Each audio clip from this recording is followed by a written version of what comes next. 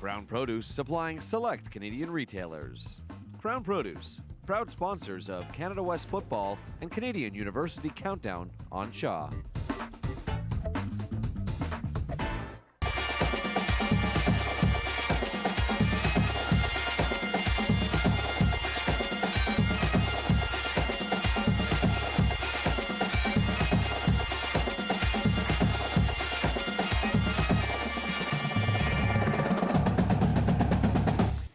Hey there, and welcome to Krown Canadian University Countdown. I'm Jim Mullin. Now it's playoff time in the CIS, and I know what you're thinking. I look amazing. Now, flying solo at the desk, we're going to throw it over to the one and only Andrew Wadden. What the hell is Jim talking about? Ryan's not here yet. He's supposed to be doing the highlights. Oh, there he is. Sorry. Buddy, what are you doing? You're late. A little late, fashionably late. Get to the damn highlights. Is it me or is Jim Mullin looking pretty good right now? Yeah, he's looking pretty good. It's not too shabby. I think he lost a bit of weight. I think so. Every week that we ran the big board at the end of this show, the CIS top 10 that is, McMaster finished first by a landslide. Kyle Quinlan, no doubt the best in the nation, and this week he'd be welcoming back the 2011 best receiver in the country, Mike DeCroce. Don't count out Western though, they've been deadly as of late. Would they live to see another day, or would Mac bring the attack? Will Finch just 18 years of age, and he unfortunately shows it on Western's first possession. He airs one out to the side and hits a maroon jersey. Joey Capito with the pick. He has a nice little run back afterward as well. His efforts would be rewarded. Soon after that interception, Tanner Forsythe from 5 yards out marks it in. Max strikes first. It's 7-bagel. Vancouver College product Garrett Sanvito would answer back shortly after with a carry from a yard out, and we're knotted. Head to the second half. Kyle Quinlan airs it out for guess who? In his first game back since his MVP 2011 season, Mike DeCroce takes it 103 yards to the house. Mac retakes the lead. It's 23-18. Fourth Q now, and Quinlan keeps it coming. He makes the Western D look absolutely foolish here with his 29-yard run. Watch number 12 in white. Stop going for the big hit and make the tackle. I speak nothing but wisdom, kids. I have no experience to back it up, but nonetheless. None. No, not at all. Finch hits Josh Woodman on the outside, and he's hit and then stripped of the ball. Aram Aisho with the smack, the force, and the recovery. Mac then turns it into point. Quinlan sets back, nails Mike DeCroce again, this time from 13 yards out. Mac makes it a 2-score game, and they do not quit. Quinlan hits Spencer Moore, and he breaks out the old John Elway helicopter, or perhaps more recently, the Sage Rosenfels helicopter, a beauty score, and that would be all she wrote for the Purple Ponies 2012 campaign. Your final score from Hamilton, Ontario, McMaster 42, Western 28. With the win, Mac makes it 19 straight W's, which ties the CIS record for most consecutive wins. Turnovers were the story for Western. As you can see, Will Finch threw 4 of them on the other side of the ball. Despite the slow start, Quinlan was, well, Quinlan going 22 of 43, 324 yards, and 3 scores. However, the story, Mike DeCroce's return to the action, 5 catches, 139 yards, and 2 touchdowns, picking up exactly where he left off, minus that injury, of course. Queens Guelph. Good shot of the Griffins marching out of the tunnel into the friendly confines of Alumni Stadium. 2 legendary coaches set to battle. Early in the first, Guelph misses this 29-yard field goal wide to the right. Gio Aprile hauls in the miss, scampers his way out of the end zone, and he's off. The man they call Big Play Aprile goes 93 yards on the return, eventually getting taken down at the Guelph 32.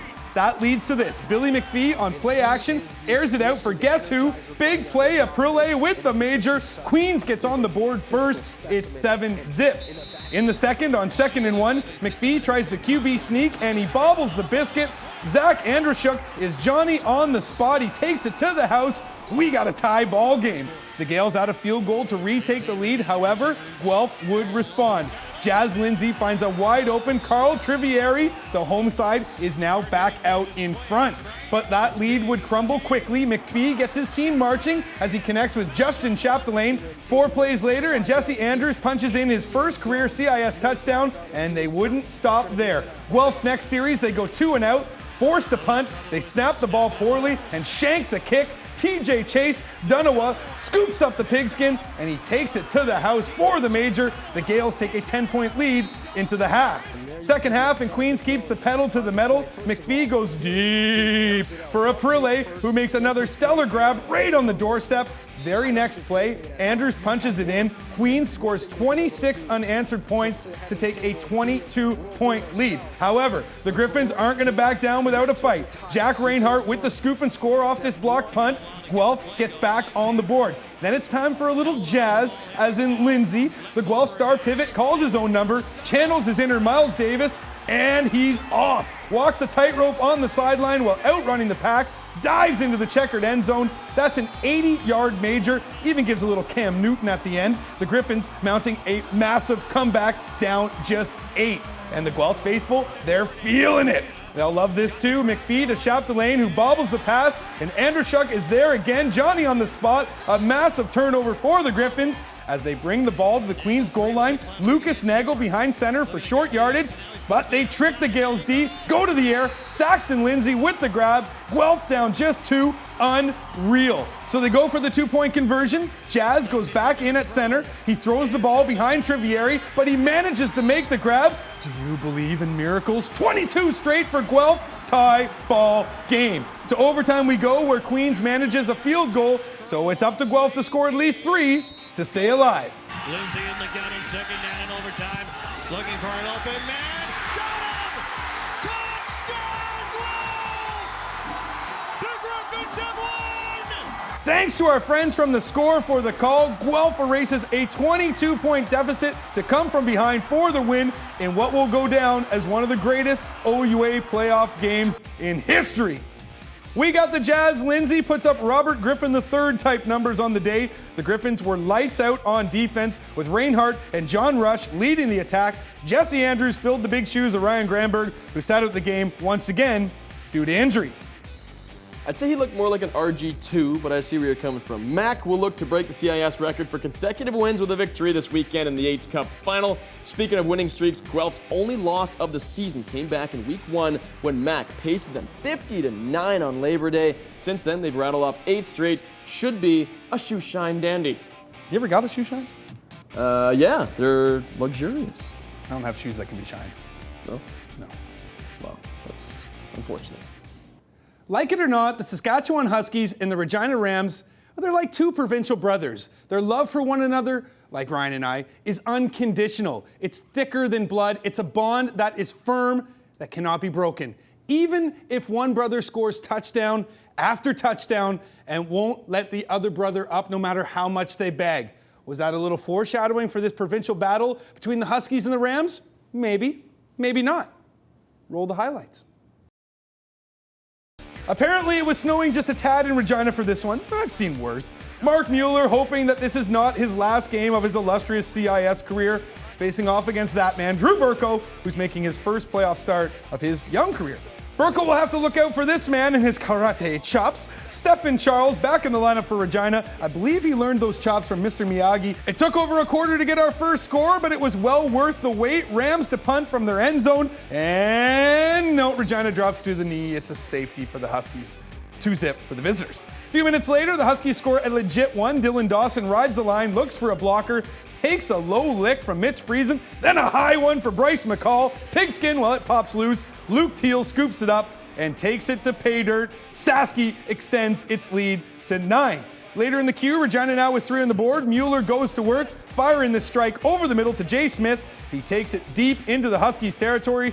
4 plays later, Mueller airs it out for Addison Richards, who hauls in the major, a 25-yard strike. Regina takes a 1-point lead into the hot chocolate break. Early in the second half, Mueller on 2nd and 20 airs it out for Landon Bush, who makes a spectacular catch while falling backwards. Take another look at this one. Outstanding grab, and he wouldn't be done there. 2 plays later, Mueller to Bush. LB stretches out for the grab. Another highlight reel catch. He must be following Jim Mullin's Twitter feed and all those yoga poses he likes to tweet out. Regina gets it down to the Saski 2-yard line, and on 3rd and 2, Bush takes over at center, punches it in. Rams now up 7. Time winding down to the 3rd, and it's time for the bad man to get into the action. Mueller fires one to the sideline for Colton Solomon, who tiptoes around 2 defenders, takes it to the house, even goes for the headfirst slide into second, right into a snow angel, put another 7 on the board for the home side. Fourth Q now, Sasky trying to make up some ground, but instead they cough up the biscuit. Shane Buchanan leaps his defender, takes a lick, the ball pops loose, and Regina recovers. Coach BT, well, he looks P.O.'d to say the least. This won't help either as Mueller and Bush hook up once again, this time a 63-yard strike. That would be it for the Huskies as Regina muzzle their cross-province rival and advance to the Hardy Cup. The Rams scored 31 unanswered points in the win. The fifth-year senior Mueller playing like Brett Favre in his final season for the third time. He just doesn't want the ride to end, and he's doing his best to keep it going. 393 yards on just 21 completed passes. Unreal. Tack on the 3 majors in what was just another game in the life of Mr. Mueller. Manitoba, Calgary, the third possession for Calgary, and Jake Hardy goes to work, taking this pass, 20-yard gain. Mercer Timmis then makes no mistake, pounding it in from the 1. Calgary takes the early lead. Just before the end of the quarter, Eric Zaleski hits Hardy again. This one's worth 22 yards. It sets up this handoff for Steven Lambala. He heads for the outside, just squeezes it inside the pylon. Nice effort. Calgary goes up 17 blank after 15 minutes. Calgary continues to pour it on as Zaleski nails Taylor Nill, and he does the rest. He turns around, gets running. He goes 61 yards to the Manitoba 38. Andrew Buckley then checks in at pivot. He skies one out for Chris Dobko. It's 27-0. The Bisons decide to shake things up at QB as well. Ryan Marsh checks in, then Ryan Marsh checks out. He goes 0 for 1 in the game with this interception toss to Cyril Iwanejby. It's a 45-yard pick 6. Sorry about the pronunciation. Just before the juice break, Zaleski nails Jake Hardy again. This time it's for points. Manitoba would scratch the scoreboard in the third, but it would mean very little. Keenan LaFrance would punch it in from a yard out. Then to add some salt to the wound, Jake Hardy decides he wants to impress the scouts a little more. He takes this kickoff run back 110 yards. A huge run back by the one they call Jake Hardy, and for short, they call him Jake Hardy. Zaleski with a top-drawer performance. Top drawer, governor. Quite good, tossing over 300 yards and 1 TD. Hardy with a big day in the air and on returns as well. Manitoba with a day to forget. The one grain of salt came in the form of Keenan LaFrance. He had 3 touchdowns on the day, 2 in the air, 1 on the ground. So the scene is set for the Hardy Cup. Calgary are going to play host to Regina. The two teams split the season series at a game apiece, with the Rams giving the Dinos their only blemish of the season. It's criminal that we won't have the voice of Canada West football himself, Jim Mullin, and his color man, former Saskatchewan Husky star Lawrence Nixon, doing the call for this one. Love those Mully calls, and that Nixon guy, he's not bad either, despite Watergate. I am not a crook. It's been long suspected that Laval will take Quebec and that the rematch of the 2011 Vanier Cup between the Rouge et Or and McMaster has been on tap for some time. Hold your horses, though. There's been a team nipping at Laval's heels for a while, and they go by the name of the Carabins. The team, in their way, though, the Verrayeurs of Sherbrooke. Now let's get right to it. First Sherbrooke possession, and Jeremy Rock hits Sebastien Blanchard to hop into the red zone, which leads to Alexander Aubé rocking it in from a yard out. The Verrayeurs touche first. To the second cue, and Rotran Sané pulls off my favorite Keith Urban song. He hits the ground running. He knows exactly what he's doing, honey. No Crickets, fans? buddy. Crickets. Sorry, okay. 45 yards later, it leads to Alexander Nadeau-Pius calling his own number. The Carabins are on the board, and they're loving it in M-O-N. Pius then hits Philip Onchil from 34 yards out, and again, Montreal is in the red zone. He then calls his own number from a yard out, and Montreal takes a 17-7 lead into the half. Third quarter, and Montreal picks up right where they left off. Sané takes the ball in from 2 yards out, and what is this? What are they doing? Anyway, it's 24-7 Montreal, and this one looks like it is done. Montreal with another chance to strike, but Stéphane Rivard picks Pius, and the momentum pendulum starts to swing. That pick leads to this 9-yard touchdown toss to Sebastien Blanchard, and it's a 2-possession ball game just like that. Rock then out of shotgun, airs one out into double coverage for Francis Lapointe. Sherbrooke looking to complete the uphill climb. They trim the lead to just 3. Rock then gets picked again. This time it's Samuel Bibeau with the quick hands and a 30-yard run back. The Verrayeurs move in to enemy territory. Very next play, Rock takes it himself. Sherbrooke takes the lead after trailing by as much as 21. They would then start to pour it on. Rock hits Gabriel Goulet. You wouldn't let a clown fix a leak in the John. Sherbrooke puts up 28 unanswered points. They win 42-24 and move on to the Dunsmore Cup. I'm pretty sure it was a clown that fixed the leak in my toilet. Oh, they're certified. Sherbrooke just dominated Montreal in the fourth. Francis Lapointe was the king through the air for the Greene guys, while Sebastian Blanchard played a nice supporting role. They're moving on, and they could be dangerous. McGill Laval picked this one up in the second. Laval up 12-6 when Guillaume Barassa adds to that lead with his 17-yard major. Rouge et Or take a 19-9 lead. Fourth Q, Grenon goes to the air. Yannick Morin-Plant hauls in the pass for yet another Rouge et Or score. Laval, to the surprise of no one, smacks McGill by 37. They advance to yet another Dunsmore Cup final. Grenon was huge on the day, tallying 342 yards while connecting on 18 of 32 passes, plus the two touches. It's not the Dunsmore Cup everyone expected, but it's going to be a battle. JP Shoiry is loving it, by the way. Sherbrooke making to its third Dunsmore Cup final since 2005. Laval won both games over the Barrior in the season series and are looking for a 10th straight Dunsmore title. Talk about a dynasty. Our last stop on this cross-country playoff extravaganza is Atlantic Canada. Like a red-headed stepchild, this conference often gets neglected. Wait, hold on a second. Who the heck is writing this crap? Red-headed stepchild? Is this some kind of joke? Seriously, people. Seriously, brutal. So now I gotta do the highlights? Fine. Final play of the first Q, and Jean Legault connects with Kevin Woolrich, puts 7 on the board for the Huskies. Second Q now, and it's Legault and Woolrich once again as the two connect for a second time in the ball game. That made it 14-zip. Huskies go on to take it easily, 49-11, and the man with the ponytail that would make Steven Seagal jealous, Jean Legault, is all smiles after this one. Melvin Abankwah racked up a huge day on the ground for SMU, rushing for 162 yards in the major. Not only is his name Melvin, but Abankwah. Yeah. That's beautiful. Beautiful. I know who runs that town. The Huskies will need another big performance from Woolrich as they face off against the conference beast Acadia in the Loney Bowl. The Axemen won all 3 games versus SMU this season. All right, can we talk about this unconditional love comment? I didn't approve that. Who is writing these scripts? Red-headed stepchild? Are you kidding me? You don't get it, people? Huh? And where was Mully this week anyway? Hall of Fame? Hall of Fame, Mully? Hall of Shame is more like it. Brutal! I'm out of here. His stand-in, though, is doing a great job, and we're going to throw to him right now. Coming up, the pro profile. I wish I could be best friends with you, Andrew Wadden. Ryan Sullivan, you are very good looking, and I'd like to pay both you guys a lot more. Krown Produce supplying select Canadian retailers. Krown Produce, proud sponsors of Canada West Football and Canadian University Countdown on Shaw.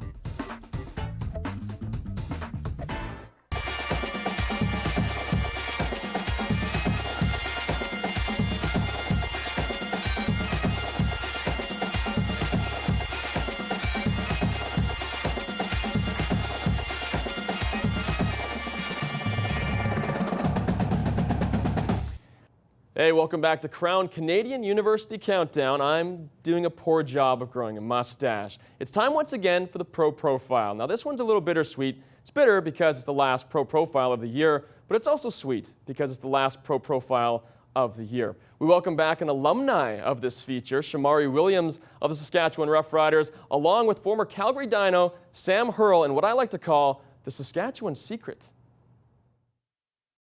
They're both former products of the CIS. They both competed for the 2009 Vanier Cup. They were both drafted by the same pro club, and they both play on one of the league's best defenses. Now what else do Sam Hurl and Shomari Williams have in common? Oh, that's right. They both make it look good. At least every second day you got to be washing your hair and looking after it, making sure that it's well looked after.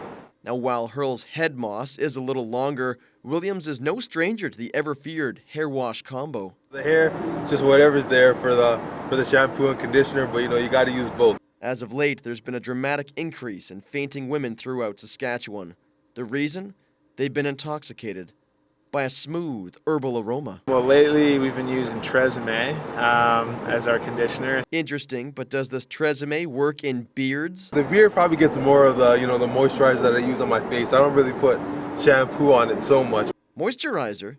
There's more to the Saskatchewan Secret than just shampoo and conditioner? If you got a couple of wrinkles on your face, you got to get them clean. You got a couple pimples, you got to get them off. So You know, you got the little not the Pantene, the little clear skin. You know, you put on there the Noxzema. You know, you got to keep your skin tight. And there you have it, the Saskatchewan Secret. Now we turn things over to the Roundtable. We welcome back from Yahoo Sports Canada, Andrew Bucholtz, from the UBC T-Birds, quarterback Billy Greene, former Heck Creighton winner as well. Pump your tires a little more. and of course, our good buddy out in Montreal from acrofoot.com, JP Shoiry. How are we doing, my friend? Doing very well, thank you. Excellent, you're welcome. We're going to start things out in the RSEQ, of course. Big game over there. Sherbrooke upsetting Montreal. What was the kind of feeling over there, JP? Was it that Montreal kind of just beat themselves in the outcome, or did Sherbrooke really have it coming? The feeling of this game was literally crazy. I mean, it's hard to explain what really happened. I mean, despite turning the ball over 7 times, Sherbrooke won that game 42-24. At the end of the third quarter, Montreal was still leading 24-7, but then in the final 16 minutes of the game, Sherbrooke managed 35 unanswered points. So, you know, I got a few pointers for you guys as to why this really happened. And the number one is that the Sherbrooke won the line of scrimmage battle. I mean, they allowed only 2 sacks to the number 1 sack defense in the country. Montreal had 39 sacks this season, only 2 this game. And Sherbrooke, one of the worst running teams this season in the country, ran for 125 yards against a defense that only allowed 59 per game. So big credit to their O-line winning that battle of the line of scrimmage. Well, there you go. Not biased at all from a former member of the Verayor. Okay, much appreciated. Now, you know, we'll jump on McGill and Laval. Not really much to jump on, mind you. Laval just a stomping over there. But can you kind of give us a preview, set things up for the Dunsmore Cup?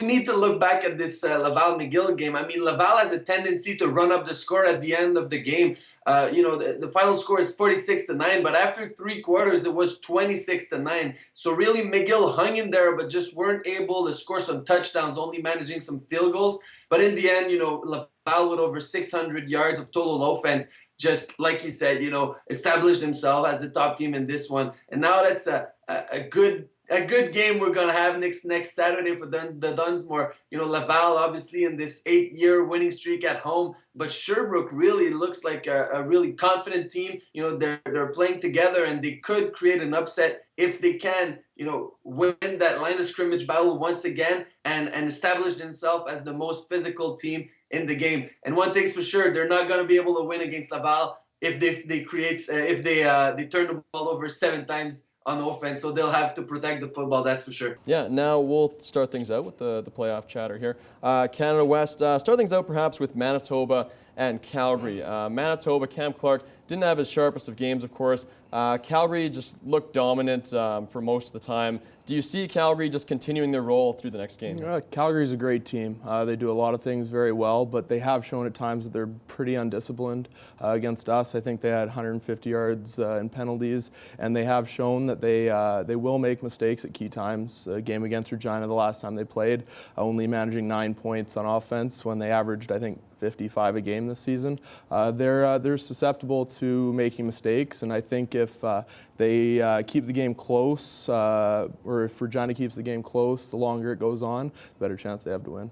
Now, I know as a quarterback on the other sideline, you've had a great look at these guys for a number of years, but it's going to be Mueller versus Zaleski. Who are you going with and why? I'd go with Mueller. He's the more veteran quarterback. He's in his 6th year. He's got a ton of I guess you would say skill and savvy about him. He's when you watch him walk up and down the field, he understands that he's probably one of the best players on the field, and he's this is going to be his last chance to get out of the conference, get into an interlock game, and with a skill set that he has, I think he could will his team to victory.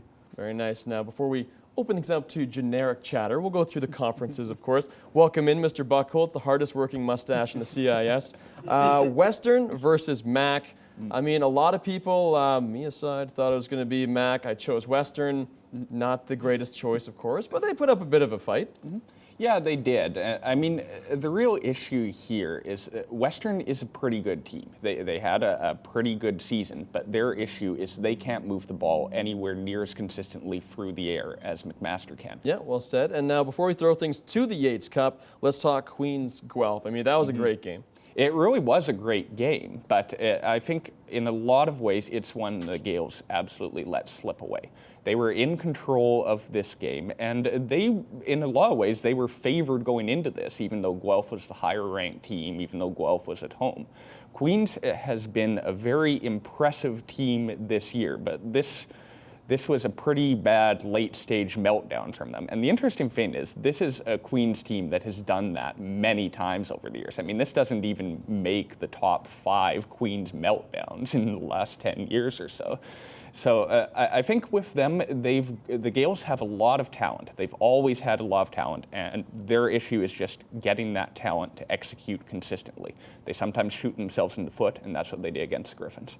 Now, based on uniforms alone, I'm going Guelph in this one. But, of course, based on track record, et cetera, and players at the helm, you got to look at Mac when it comes to the Yates Cup. Your thoughts going into this game?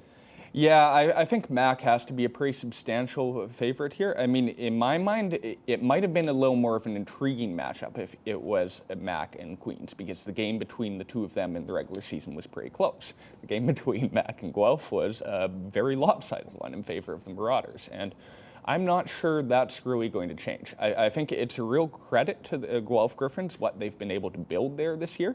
I think they've had a very good season, but I just don't think they can match up with McMaster in all facets of the game, and especially in the aerial attack, where Quinlan gives the Marauders such a substantial edge. All right, now we'll throw things back to the Skype feed here. We'll talk with JP. St. Mary's, Mount Allison. I mean, there's not great reviews you can give for either game here, but we're going to try it. JP, what are you thinking? Well, we're going to go pretty quickly over this one. I mean, Mount Allison kind of came in as a favorite in this one from last week's panel, but really, Mount A is all about Jordan Butel. And if St. Mary's were able to stop Jordan, well, that's a ball game for them, and that's exactly what happened.